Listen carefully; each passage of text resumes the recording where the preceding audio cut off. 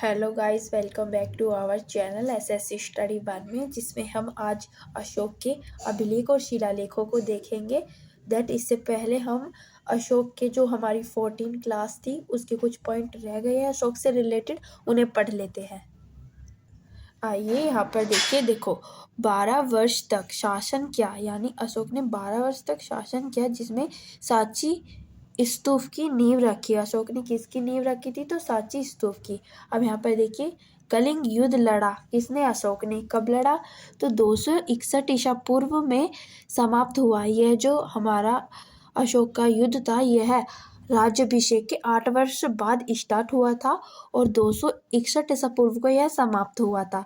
इसी युद्ध में जो हमारा अशोक है उसका हृदय परिवर्तन हुआ। अशोक पहले बहुत कठोर दिल के थे, और तो जब ये युद्ध हुआ तो इसमें देखा गया कि अशोक ने देखा कि जो इंसान मर रहे हैं, इसमें खून इस तरीके से बह रहा है जैसे पानी बह रहा हो, तो उसका अशोक पर एक पॉजिटिव इफेक्ट पड़ा, जिसकी वजह से अशोक सुधर गया। और वर्तमान में जो कलिंग युद्ध जहाँ पर लड़ा गया था वह ओडिशा है, वर्तमान स्थान। यहाँ पर देखिए कुछ पॉइंट दिए गए हैं इंपॉर्टेंट। कलिंग युद्ध के बाद अशोक ने विजय त्याग दी, यानी कलिंग युद्ध को विजय किसने किया था? अशोक ने, पर उसने विजय को त्याग दिया था क्योंकि उसमें बहुत नुकसान हो चुका था। यानी विजय को त्याग दिया था और धर्म को अपनाया। धर्म क्या होता है? धर्म यानी धर्म होता है, जैसे पशुओं की हत्या नहीं करना, किसी से बेवजह झगड़ा नहीं करना। और इसके बाद अशोक ने, जो अशोक की प्रजा थी, तो अशोक ने कहा था कि मैं इन सब का पिता हूँ और प्रजा मेरे सब संतानें हैं। तो इस अकॉर्डिंग इसने व्यवहार करना स्टार्ट कर दिया था। अब यहाँ पर देखिए, बौद्ध धर्म अपनाया, यानी इसने बौद्ध धर्म अपनाया। और इसके लिए प्रोत्साहन किसने किया इनको? निग्रोध, जो कि इनका भतीजा था। तो इन्होंने इनसे प्रेरित होकर बौद्ध धर्म को अपनाया था। और बौद्ध धर्म की शिक्षा अशोक को किसने दी? तो उपगुप्त ने दी, जो कि एक बौद्ध भिक्षुक थे। यहाँ पर देखिए, इन्होंने भैरी घोष की जगह धम्म घोष को स्थापित किया, यानी भौतिक विजय की जगह सांस्कृतिक विजय को अपनाया, यानी अकेले की विजय ना होकर उन सब की विजय जो उनके साथ थे। और पुत्र के बारे में मैंने आपको बताया था, जो अशोक का पुत्र था महेंद्र और पुत्री संघमित्रा, ये दोनों श्रीलंका गए थे बौद्ध प्रचार के लिए। यहाँ पर जगह नहीं थी तो मैंने अलग आपको नोट करके पढ़ा दिया है। और जब युद्ध हुआ था तो इसकी राजधानी क्या थी? तक्षशिला, जो कि उज्जैन के पास है, यानी उज्जैन और तक्षशिला दोनों थी, है ना। यहाँ पर देखिए, सवारी क्या थी उनकी? हाथी थी। अब हम देखेंगे अशोक के शिलालेख के बारे में थोड़े पॉइंट्स। अब हमें अशोक के क्या क्या मिलते हैं? तो अशोक के अभिलेख, शिलालेख और स्तंभलेख मिलते हैं, जो हमें पाए गए हैं। अशोक के 14 मुख्य शिला अभिलेख हैं। यहाँ पर देखिए, विलियम जेम्स, जो कि विलियम जोन्स थे, यह कौन थे? तो यह एशियाई सोसाइटी ऑफ बंगाल के संस्थापक थे। और इन्होंने 1784 में भी, यानी 1784 में ये जो अशोक के शिलालेख थे उनको समझने में कामयाब रहे, अच्छे से समझ पाए। और ये समझ पाए थे, बट जो जेम्स प्रिंसेस थे, इन्होंने 1837 में अशोक के शिलालेखों को समझा और पढ़कर सुनाया। और पहले व्यक्ति ऐसे कौन थे जिन्होंने अशोक के शिलालेखों को खोजा? तो वह थे टी फैंथल, जिन्होंने 1750 में इनकी खोज की थी। और 1837 में अशोक के राजदेश पाए गए, जो लिखित थे, यानी ये, और यह ब्रह्म लिपि में लिखित थे। ये मैंने आपको बता दिया था। श्रीलंका भेजा उसने अपने बेटा और बेटी को। ये बहुत मोस्ट इम्पोर्टेंट क्वेश्चन है, इसलिए 3 से 4 बार मैडम ने स्लाइड में ही रिपीट करा दिया। एक पॉइंट और देखिए यहाँ पर, जो श्रीलंका भेजा था वो उसमें भी कहाँ पर भेजा था? तो सिलोन में भेजा था। अब हमारी क्लास 15 स्टार्ट होती है, जिसमें हम शिलालेख और अभिलेखों के बारे में पढ़ेंगे। तो पहला देखिए यहाँ पर, पशु वध पर प्रतिबंध। अशोक ने पहले शिलालेख में क्या कहा है? पशु वध पर प्रतिबंध, उत्सवों पर होने वाले समारोह और पशुओं की हत्या पर प्रतिबंध। तो मोस्टली इसने जानवरों की हत्या पर रोक लगाने के लिए कहा है पहले अभिलेख में। दूसरा देखिए, मनुष्य पशुओं के लिए चिकित्सा यानी देखभाल, यानी डॉक्टरी फैसिलिटी उनको प्रोवाइड करना है। यहाँ पर देखिए, दक्षिण भारत के चोल, पांडव, सत्रपुत्र और चरस साम्राज्यों और यूनानी राजा एटियोक्स द्वितीय और उनके पड़ोसियों का उल्लेख करता है। यानी दूसरे में ये फर्स्ट वाला तो पॉइंट है ही और सेकंड वाला भी है।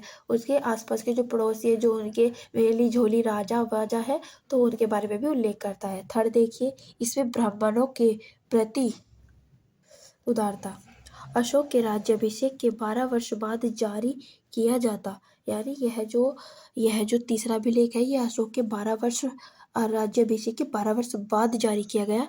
एक पॉइंट और है इसमें देखिए, इसमें कहा गया कि युक्ता यानी अधीनस्थ अधिकारी और प्रादेशिक यानी जिला प्रमुख, रजुको यानी जो कि ग्रामीण अधिकारियां होते हैं, वे के साथ हर 5 साल में राजा के सभी क्षेत्रों में जाएंगे और अशोक की धर्म नीति का प्रचार प्रसार करेंगे। यानी जो भी आम जनता है और उनके पास जाएंगे कौन, अशोक के उत्तराधिकारी, जो उसके अधिकारी हैं, वे पूरे साम्राज्य में जाएंगे। जो सामान्य लोग होंगे, नॉर्मल लोग, उनसे बातचीत करेंगे, धर्म नीति के बारे में बताएंगे कि आप अपनी समस्याओं को सम्राट अशोक से डिस्कस कर सकते हैं, वे आपका समाधान करेंगे। इस तरह की बातें लिखी गई है थर्ड अभिलेख में। ठीक है, फोर्थ देखिए यहाँ पर, धम्म घोषणा यानी धर्म की ध्वनि, भरी घोष जिसका अर्थ युद्ध की ध्वनि के लिए आदर्श है। 5 देखिए अब यहाँ पर, ये रहा। उन्होंने इस शिलालेख में उल्लेख किया है कि प्रत्येक मनुष्य मेरा बच्चा है। मैंने अभी बताया था कि उन्होंने अपने आप को पिता और जो उनकी प्रजा है उनको संतान कहा है, तो वह 5वें अभिलेख से रिलेटेड है। इस शिलालेख में धम्म यानी धम्म महामात्रों की नियुक्ति का उल्लेख है और दास्ता के बारे में चिंताएं, यानी जो दास्ता होती है कि एक को बंदी बना लिया, तो ऐसा कुछ नहीं होगा, इसके बारे में 5 अभिलेख में बोला है। अब 6 देखिए, लोगों के कल्याण के प्रति राजा की जिम्मेदारी के बारे में बताया गया है।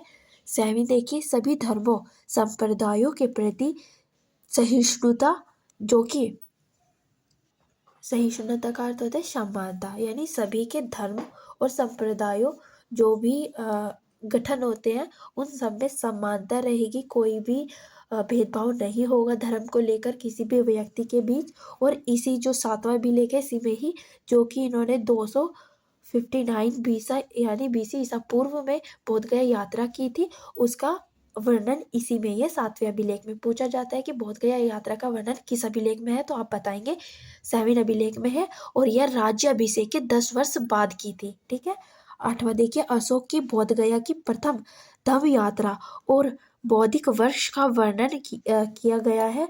और यह बौद्धिक वर्ष का वर्णन या बोधगया की यात्रा कब की थी उन्होंने, तो यह बोधगया यानी लुम्बिनी, बोधगया लुम्बिनी में है ना, तो यहाँ पे देखिए 249 बीसी ईसा पूर्व लुम्बिनी की यात्रा की थी, और यह कब की थी, तो राज्याभिषेक के 20 वर्ष बाद की थी। ठीक है, 9 अभिलेख देखिए, इसमें 9वें में बताया गया है, धर्म के अनुष्ठानों का महत्व, लोकप्रिय अनुष्ठानों की निंदा। यानी इसमें आप किसी भी लोकप्रिय अनुष्ठान जो भी हैं उनकी निंदा नहीं करेंगे, और आपके जो खुद के धर्म अनुष्ठान होंगे उनको महत्वता देंगे। ना तो दूसरों की निंदा करना, ना अपनी करना, यानी अपनों को प्रोत्साहित करना और दूसरों को कुछ भी नहीं कहना, इस तरीके से है। 10वां देखिए, प्रसिद्धि और गौरव की इच्छा की निंदा करता है। यानी खुद की प्रसिद्धि को ज़्यादा ऊपरी फर्स्ट प्योरिटी देना, गौरव यानी खुद का गौरव बढ़ता रहे, इसकी है। यानी खुद से आप खुद की प्रसिद्धि या खुद का गौरव नहीं करेंगे, सभी को समान साथ लेकर चलेंगे, तो खुद की निंदा करना है, खुद से नहीं सबको साथ। 11 देखिए, धम्म को पालन करने की प्रमुख नीति माना जाता है। यानी 11वें में जो धम्म है यानी धर्म है, उसको पालन करने की प्रमुख नीतियाँ बताई गई है इसमें। आई होप आप सबको अच्छे से दिख रहा हो, क्योंकि इसमें थोड़ा मैंने ऐड भी किया है, क्योंकि ये मेरे पुराने नोट्स हैं ना, तो मुझे ऐड करना होता है। एक बार यहाँ पर देखिए बहुत अच्छे से, इसमें बड़ों के प्रति समानता, दास और नौकरी के प्रति चिंता भी शामिल की गई है। किसमें, 11वें अभिलेख में। 12वां देखिए, विभिन्न धार्मिक संप्रदायों के बीच सहिष्णुता, यानी जब अभी हमने देखा धर्म और संप्रदायों में कोई भेदभाव नहीं होगा। अशोक के गांधार यूनानी शिलालेखों में भी ग्रीक भाषा का में लिखा गया है, यानी यूनानी जो शिलालेख है उसमें भी ग्रीक भाषा में लिखा गया है। और यह किस में बताया गया है, तो 12वें अभिलेख में बताया गया है। और 12वें शिलालेख का अंतिम पॉइंट देखिए, इसमें महिलाओं के कल्याण के प्रभावी महामाताओं का उल्लेख है। 13वां जो अभिलेख है मोस्ट इम्पोर्टेंट, यह कलिंग युद्ध से रिलेटेड है। और कलिंग का प्राचीन नाम क्या था, उड़ीसा। क्या नाम था, उड़ीसा। यहाँ पर देखिए यह शिलालेख का सबसे बड़ा शिलालेख है। इसमें कलिंग 262 से 261 ईसा पूर्व का वर्णन किया गया है। पर अशोक 268 से 232 ईसा पूर्व तक साम्राज्य किया है उन्होंने, की जीत के बारे में बताया गया है। यानी इसमें कलिंग युद्ध के साथ साथ उसकी अन्य विजयों का भी वर्णन है, जो कि उसने 268 से 232 ईसा पूर्व तक लड़ी है। ठीक है। और धर्म द्वारा विजय के दौरान मारे मारे गए या निर्वासित किए गए आदि यानी लाखों मिलियन लोगों के लिए उनके पश्चात्य का उल्लेख किया गया है। यानी जो लोग कलिंग युद्ध में मरे थे तो उनका जो पश्चाताप है उसका वर्णन किया गया है कि जो महाराज अशोक थे उनको कितना दुख हुआ कि ये कलिंग युद्ध हुआ है, इसमें इतने इंसान मारे गए हैं। तो उसका शोक के बारे में बताया जाता है, यानी उसका पश्चाताप कैसे करते हैं अशोक, वो बताया गया है। अब 14 देखिए यहाँ पर, इसमें सीरिया के यूनानी राजाओं एंटियोकस और आमेंथियोको, मिस्र के टॉमी तरामेव, साइरेन के मौसम माका, मेसोडन के एटिगोलस, कौन थे ये, एमिथकीरी, एपिरस के अलेक्जेंडर। ये सभी राजा है, कहाँ के, कौन सा राजा है ना, अलेक्जेंडर पर अशोक की धम्म विजय का उल्लेख है। इन सभी राजाओं के ऊपर अशोक की धम्म विजय का उल्लेख है। और इसमें पांडव, चोल आदि भी आते हैं, यानी इनका भी उल्लेख किया गया है 14 में। 15 देखिए यहाँ पर, देश के विभिन्न भागों में उत्कीर्णित अभिलेख का वर्णन है। यानी जो भी हमारे विभिन्न देश में और जितने भी अभिलेख हैं मिले हैं उनको बचा कुचा कर 15वें में डाल दिया है।